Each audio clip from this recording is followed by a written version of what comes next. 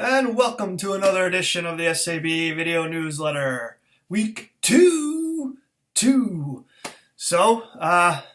Interesting first week as every team in the Knox won, every team in the Denton lost, and two teams in the Hartwick won and two teams lost. It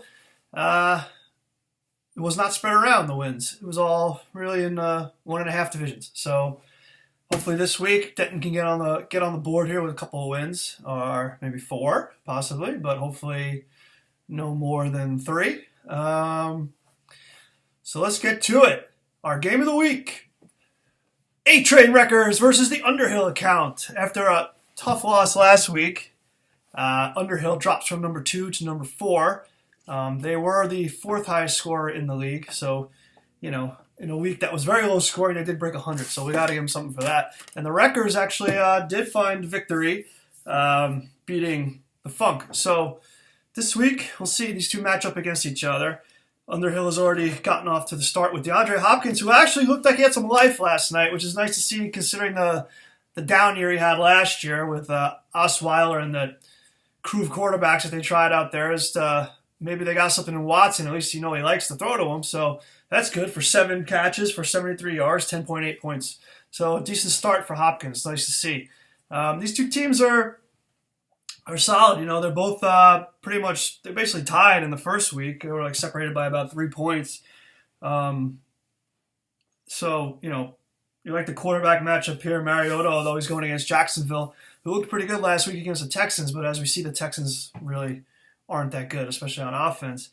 Big Ben for Tuna, which the Wreckers are gonna love watching that. Got some running backs here. Nothing crazy. Nothing really jumps out at you. It's the wide receivers where these two teams seem to thrive. With the Wreckers, with Evans making his debut in the SAB after the Week 1 bye week. So that should be nice to see going against Chicago. You got Des Bryant and Demaryius Thomas. Definitely a nice, solid trio of names there. So that should be pretty productive. Rudolph, we got in the end zone last week, and seems to just be a solid scorer. Then on the other side, you got Hopkins already went, like I said, and Antonio Brown. So he was awesome last week. Let's see if he can do it again. Another guy that the Wreckers are going to love watching. Tough week for them this week as they got going against Big Ben and Antonio. Oh, and Boswell, the kicker. So there's a lot of Steelers going around here for the Wreckers to root against. But it's tough. So Olsen is always a solid tight end. So this is going to be a good matchup here. I think the site has the Tuna favored by about 13. I don't see it going that way. I do think Tuna will win this game. I think that they will get the advantage there at the running back position. I think Olinsky with Rodgers and Hyde, he's got some tough matchups there. Rodgers, I don't know. We'll see what happens there. But Hyde's got a tough matchup in Seattle coming off a loss. That's going to be tough. McCaffrey, though, against Buffalo, and West versus Cleveland, both teams at home, both players at home. And I think that's going to be nice for Underhill. So right now, I'm going to say Tuna by 5.9. I'm going to give them that touchdown advantage, and I think that they'll go to 1-1, getting a win for the Denton, and the Wreckers will go to 1-1. But the game has to be played, so we'll see what happens. So now, moving on to our next matchup, we have the number 9 Choppertown Jaguars versus the number 10 North Dallas 40. Both teams coming off a extremely, extremely unimpressive Week 1 performance. 40, they were able to score 81 points exactly, while the Jaguars only managed 73.65 for the week. So hopefully that's not an indication of how this week's going to go, and both these teams should hopefully bounce back to have good weeks. Looking at these matchup of the running backs, you got 4 running backs here that arguably could be considered 4 of the top 10, maybe even 4 of the top 7 fantasy backs coming into the season. You got Murray and Freeman for the Jaguars, Elliott, who looks like he's going to be playing now for the season, and Bell for the 40. How Bell and Elliott are on the same squad, I don't know, but it happened and makes the 40 look very scary, but didn't really do anything last week, but I don't expect that to continue. I expect them to provide a lot of points. We got Eli Manning here for the 40, the Dallas fan. has Eli Manning as his quarterback. I hope he does well, and I hope he can provide some points and get some points on the board for the Giants. That would be nice. Jameis Winston, though, is making his SAB debut, his SAB 21 debut here after the Week 1 bye. He is going up against Chicago at home for the Jaguars, and the Jaguars will definitely be looking to him to provide a spark to get this offense going. The receivers here, it looks, Joe Paton lost Allen Robinson last week, who after the draft you would say, okay, it's Allen Robinson, he's not really going to do anything. But last week the Jaguars actually looked pretty good.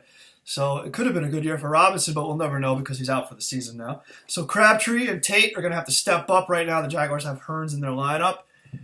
Maybe he could fill the void for Robinson on that Jacksonville team. Maybe get some points. We'll see. Clay, a tight end, the free agent pickup for Joe Paton this week. We'll see how he does if Ingram doesn't get in there. And for the 40, they got Rashad Matthews on Tennessee with Mariota, the young combo. It could be good. We'll see what happens. Might provide some points. Benjamin, who had a very poor week last week, was the Minuteman Award winner in Week 1 with his 3 points, his 1 reception for 25 yards. Pasternak and the 40 were looking for a better performance this week. Hopefully, maybe they'll get it. Gronk, who basically didn't perform at all last year. This year, first week, not good, but it's Gronk. Hopefully, he's going to be better after his first game back. So we'll see. That could be a nice spot there for Pasternak. Defense, the Bengals went last night for the 40, only provided 12 points against a very, very weak Houston offense who actually beat the Bengals. Bengals stink, but the defense looked okay. But only 12 points there. It could have been a nicer performance. I thought it was actually going to be a bigger score, but it turned out to only be 12, so that worked out pretty well for me. So the site has Pasternak as the 5-point favorite. I think that's actually probably about right, so I'm going to stick with that. I'm going to go with 5.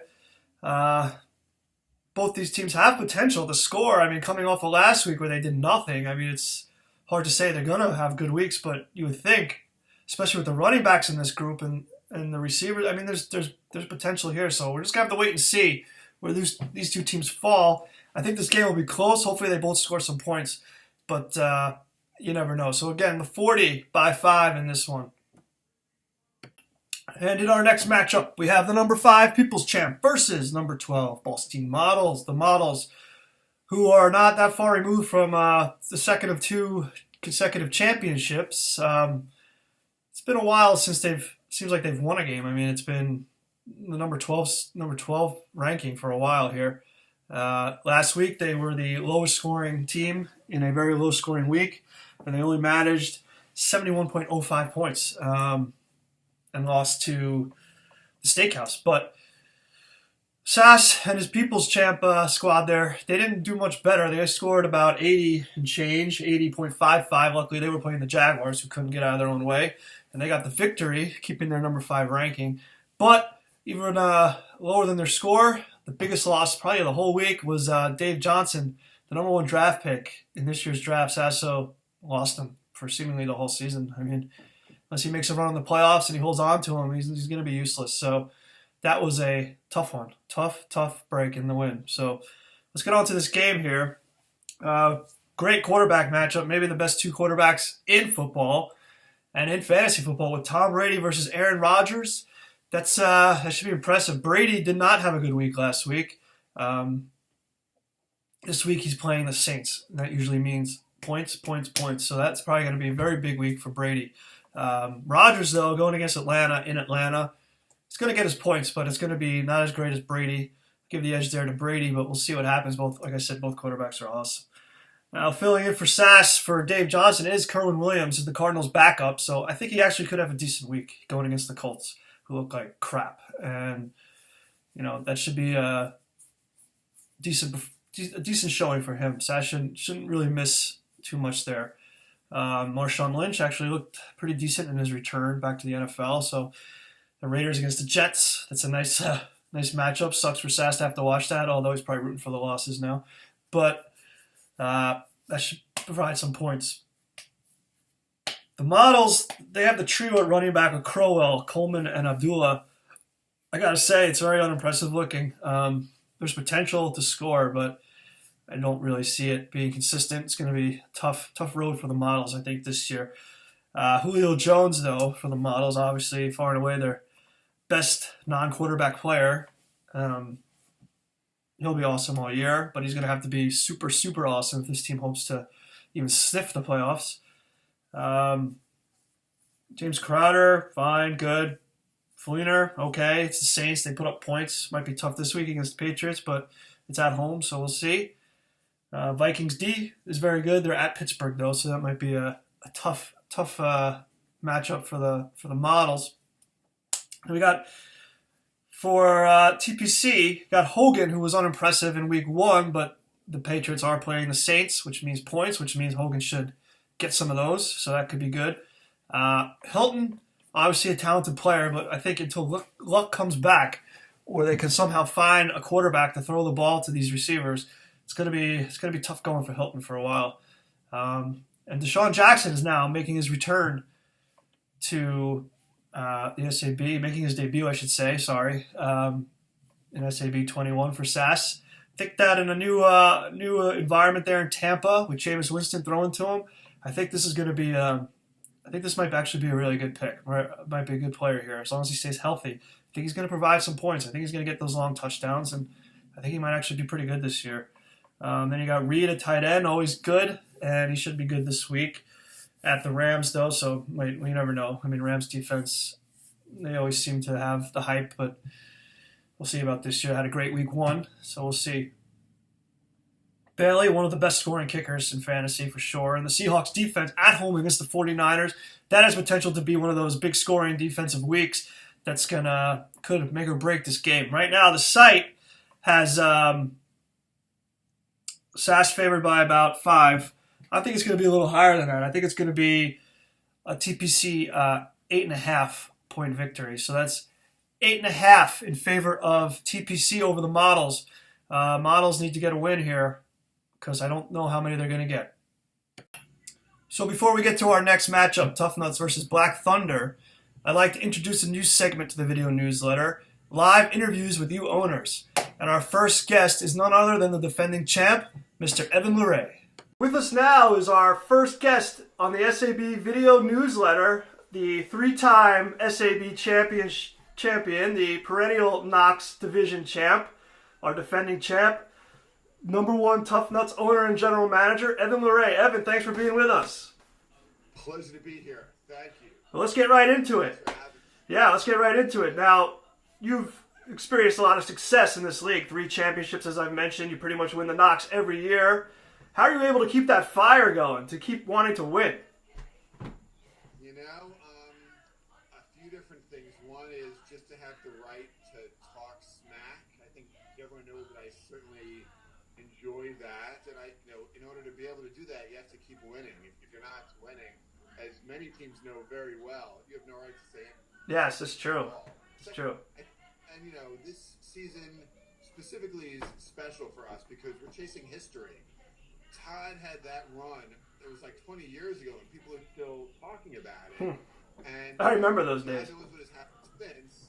God knows what's happened since then. Although I feel like this year maybe he could do well, but winning 2 of the last 3 years. If I could win 3 out of the past 4 years, I don't know if a modern day dynasty is even possible, but that's almost the closest thing you can get to it. So we're chasing history, and that keeps everyone in the locker room very, very motivated. And, yes.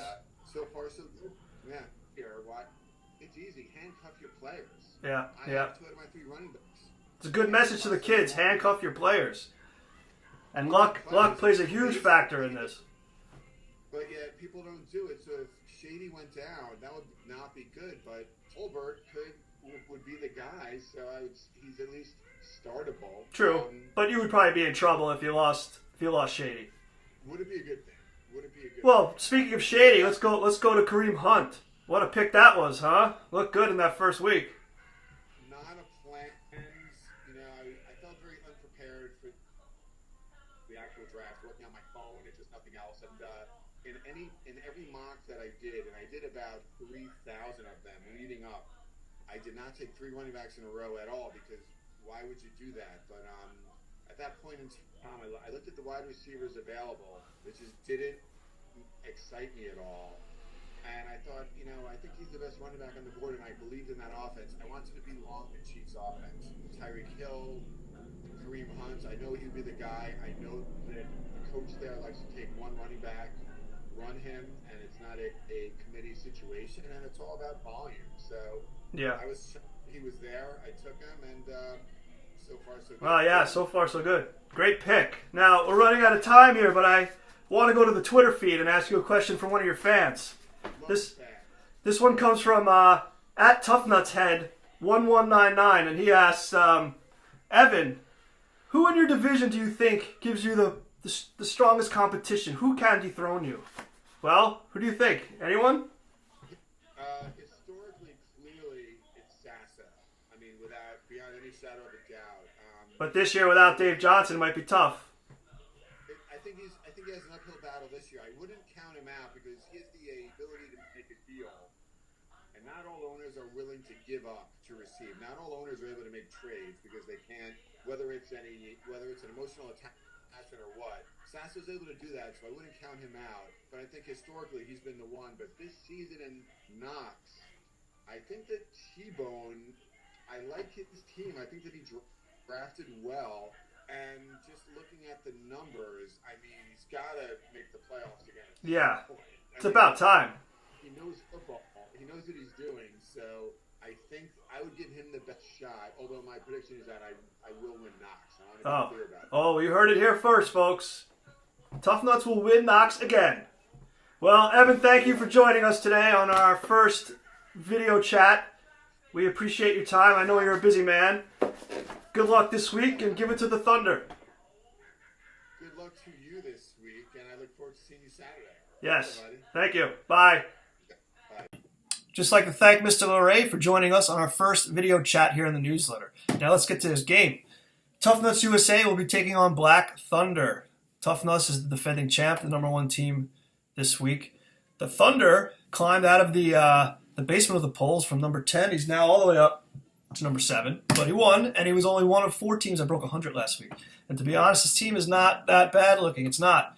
Tough Nuts got a nice squad here. If Kareem Hunt is going to do what he did last week, if Tyreek Hill is going to do what he did last week, if Stephon Diggs is going to do what he did, if they're going to be even close to that every week, it's going to be a very nice season for him. The trio of running backs of Hunt, Gurley, and McCoy, I mean, it looks threatening coming off week 1. It looks good. Gurley would be the weak link of that group, but still, he's obviously, he could be good. He's talented. Barco has a trio himself in Howard, C.J. Anderson, and Gillislee. Gillislee didn't get the yards, but he got 3 touchdowns. Now, do you expect him to get 3 touchdowns every week? No, you don't. But you never know. And it's the Patriots, and you never know who's actually going to get the ball. So we're going to have to watch that one as the season goes on. But if he's anything decent, that's going to be a nice little trio. Hopefully Howard is not too banged up. And C.J. Anderson has got to find the end zone. He's got to find some points. But it's not bad. The receivers are going to favor Tough Nuts a little bit here. Stephon Diggs and Tyreek Hill both had monster weeks, and Tyreek Hill was awesome last year. And Diggs has been so consistent, and he's a Terp, so we're going to give it to him. Cooper and Adams for the Thunder, nice looking, but they're going to have their work cut out for them to keep up with those other 2. But those are decent receivers as well. The tight ends, they're even. Ertz versus Bennett, you can go either way with that. Kickers and defenses, they're about the same all around. I mean, nothing major there to talk about. I think Barco does have a decent squad, a good enough squad to keep him around all season. Definitely could be a playoff contender, should be in the playoffs with this squad, if there's no injuries and he makes all the right lineup changes. The champ, he's got the squad. I'd be surprised if he wasn't in the playoffs. I'd be surprised if he didn't win the Knox, bearing any injuries. The quarterbacks for these 2 teams, let's address those guys. Phillip Rivers and Russell Wilson. Wilson's got a nice matchup. He's got home against San Fran. He could do really well with that. While Rivers is home against Miami, another decent matchup. So that one is probably about even, maybe a little bit over to Wilson, but we'll see. The way I figure, I look and I see that Tough Nuts probably has about a point or 2 advantage at about 5 positions, I would figure. And the site has this game as a high-scoring game with a 8-point favorite towards Tough Nuts, but I think it's going to be a little less. I'm going to go 6.5 in favor of Tough Nuts. I think this will be a close game. I wouldn't be surprised if Barco won, but Tusa's coming in hot. They blew everyone away in the week one. Didn't even come close. No one even came close to scoring their score. So let's see if they cool off a little bit. But I don't know. This team looks pretty good. So we'll see what happens. Good luck. So in our last game, we have the number 11 Funk versus the number 6 Bell squad. Both teams coming off week one losses. Both teams did not look very impressive in their week one losses. What I see on paper with these two squads is two very evenly matched teams, two very good quarterbacks, Matt Ryan or Derek Carr for the Bells versus Drew Brees for the Funk. Drew Brees at home against the Patriots. He probably will score points, and who knows, it might be tough. Patriots coming off a loss, that might not be good for the Saints, but Saints seem to score at home, so I think he'll be fine. AJ Green went for the Bells last night, managed 9.2 points, and if you hadn't seen the game and then you just looked at the stats and said, oh, 9.2, AJ Green, you would say, oh man, that's not that good. But honestly, the way that game went, how gross it was, 13-9, how the Bengals basically looked like complete shit on offense. 9.2 is actually pretty good for AJ Green with 5 receptions for 67 yards. We'll see what happens with the Bengals. They honestly look horrible. So, and as we saw, they fired their offensive coordinator today, so they obviously agree with us, but they're just gross. Delvin Cook, watch out for this guy. He's one of those rookies. Kareem Hunt, Delvin Cook, Fournette. I mean, they all look like players. They all look like fantasy players, which is more important to us because they're all going to score points, which is odd to see 3 rookies do this. But, he's got one, and the Funk look good with Delvin Cook. The site right now has the Funk as the less than 1 point favorite. I think that's about right. I'm not going to go much higher than that. I do believe the Funk are going to win this game. Nelson, Baldwin, Jarvis Landry, all good. Solid trio for the Funk. It's looking good there. Garrett Blount, he's not on the Patriots anymore. He's on the Eagles, so I don't really know how effective he's going to be. But we'll have to wait and see on that one. I'm not going to count on him. Jay Ajayi and Ty Montgomery for the Bells. Ajayi was amazing last year. Wasn't great last week, but we'll see what he can do this year. He should be fine. He should be good. Montgomery, I think he got in the end zone last week. It's the Packers. They're a high-scoring offensive team. That should be good. It should be a good matchup this week. Kareem Allen going for the Bells. We'll see. I feel like he was great that one year. Now it's hit or miss with him. We'll see. We'll see what happens there. The Funk had the Texans defense go, who beat the Bengals 13-9, and the Texans managed 14 points for the Funk. So this week, I like the Funk by a field goal by Justin Tucker, who is one of the best kickers in fantasy football, going against another great kicker, Gostkowski. But I like Justin Tucker for that one extra field goal for the Funk to win this game by 3. That concludes another edition of the SAB Video Newsletter, the Week 2 edition. It's been a pleasure broadcasting to you, providing you with all the game analysis. I hope that you all enjoy the Week 2 games, that you all get the victories that you're so wanting, except for you, Adam, and your 40 squad. But again, everyone be well and enjoy the games. Let's go, Giants!